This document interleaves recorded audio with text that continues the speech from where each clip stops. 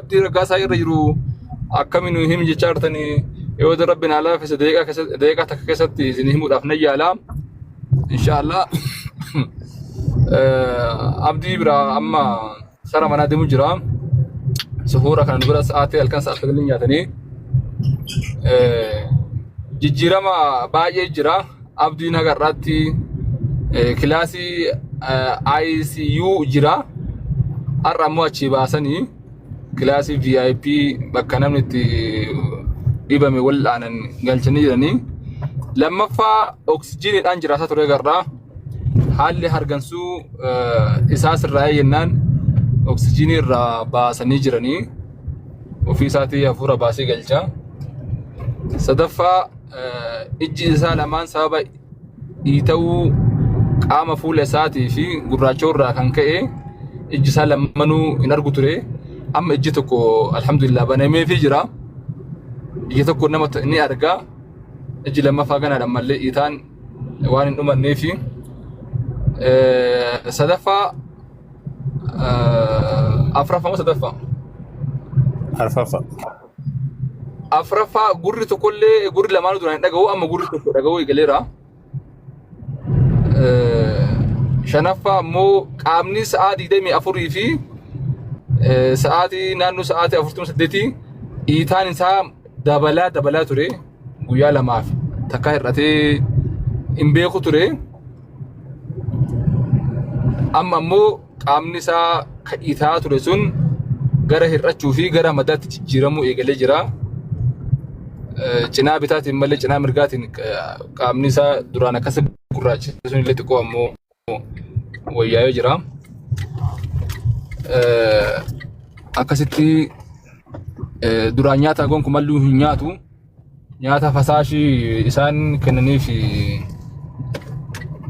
waan qaama isaatiif ta'u laalee doktorri waan akka fasaashii kana dhuguu jalqabee jira. Fasaashii jechuun waan hunda sun ta'e waan isaan ni ta'a jedhanii yaadan.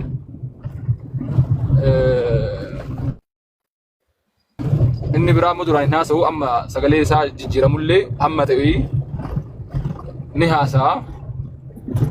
Haasaa xixiqqaa kanneen numa gonkuudha. Akkasanii waan achirraa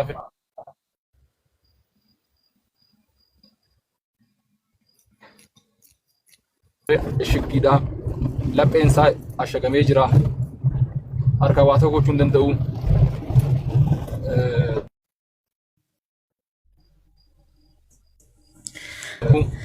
Gara samii ol gara galeeti kallattii tokko qofaan guyyaa afuraffaa jira. Odeeffannoon isaa ka guyyaa har'aa haalli fayyaa Abdii Raggaasaa guyyaa har'aa kana fakkaata.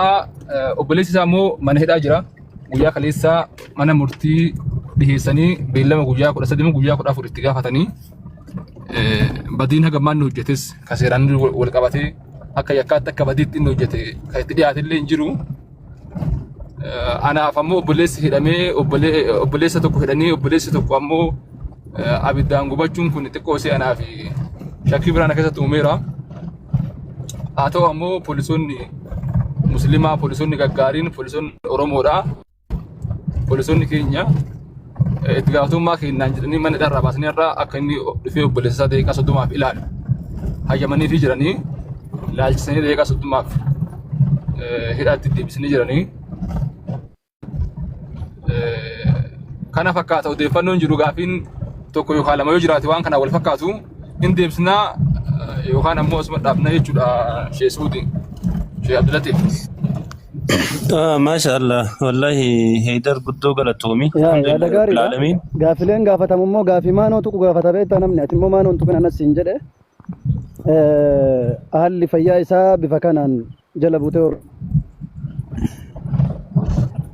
bareedaadha bakka daranis waan beeksisuu qabdu waan yaa yachillee gaafiin hin jiru gaafiin kanuma Masuudi sagaleen kenne gaama nagama sagaleen nagama dubbadhu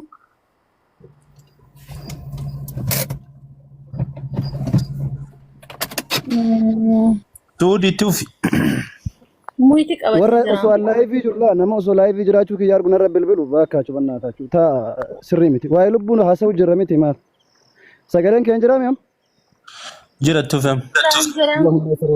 እና haala kanaan qindeessitee dhiyeessuu kan keetiif galatoomii ulfaadhu fayyaa isaa bifa kanaan jala buutee hordoftee waan maanoon dhageesse immoo gara feesbuukaatiin barreessee jira. yaa Dhaqxanii dubbisuu dandeessanii kan gara mana galaa jirra. Shi qansiraarra walii galaa. Baree Heydar. Yaada bareedaa nu dhiyeessite obboleessa keenya rabbiin haa fayyisu hawwii keenya kan namaati waan ta'eef waan gaariidha. Ammoo wanti tokko jira beektaa odeeffannoon ammati nuu kennite kun baay'ee gahaadha. Asii achi gaafiin homaatillee hin jira jennee yaadnu hin jiraatulleedha. Kanaaf ulfaadhu galatoomii suudii. Adeer amma otoo gaaffii kana adeeriin gaafatan ta'eeti yaani gaaffii baay'ee qabna. Nus akka nama tokkootti biyaansi akka nama hawaasa kana waliin jiraatee argetti yaani gaaffii hedduu isinirraa hin qabna. Gaaffii keenya kana immoo dursa obboleessi keenya kuni rabbiin isaa fayyisu fayyaasaatu dursa waan ta'eef fayyaasa eegna jechuudha. Inni taan immoo namoota afaan namoota hedduurra waan baay'ee dhagahaa jirrallee waan baay'ee barataa jirrallee yaani beekne gowwaa taane otoo hin taane akkuma waan beeknu sana akka nama waa hin beeknetti hundumayyuu asii ilaalaa jirra jechuudha. Yaani asaa nama hedduurra otoo waan kanarraa namni sagaleen keen jiraami? Amma dhufte kana jira sagaleen kee? Amma jira dubbadhu. Sagaleen kee? Injira dubbadhu. Hin seensisu narratti hin bilbilina. Warri na seensisiif lakkoofsa kiyya qabdanii fi na seensisiif warri narra bilbiltan hin seensisu natti hin bilbilina bakka. Ndagama moo ndagamu sagalee? Dabbo. Hin seensisu jedha hima. Hin seensisu narratti hin bilbilina na seensisi. Ndagama sagaleen hin ndagamu na fakkaate boo mallee.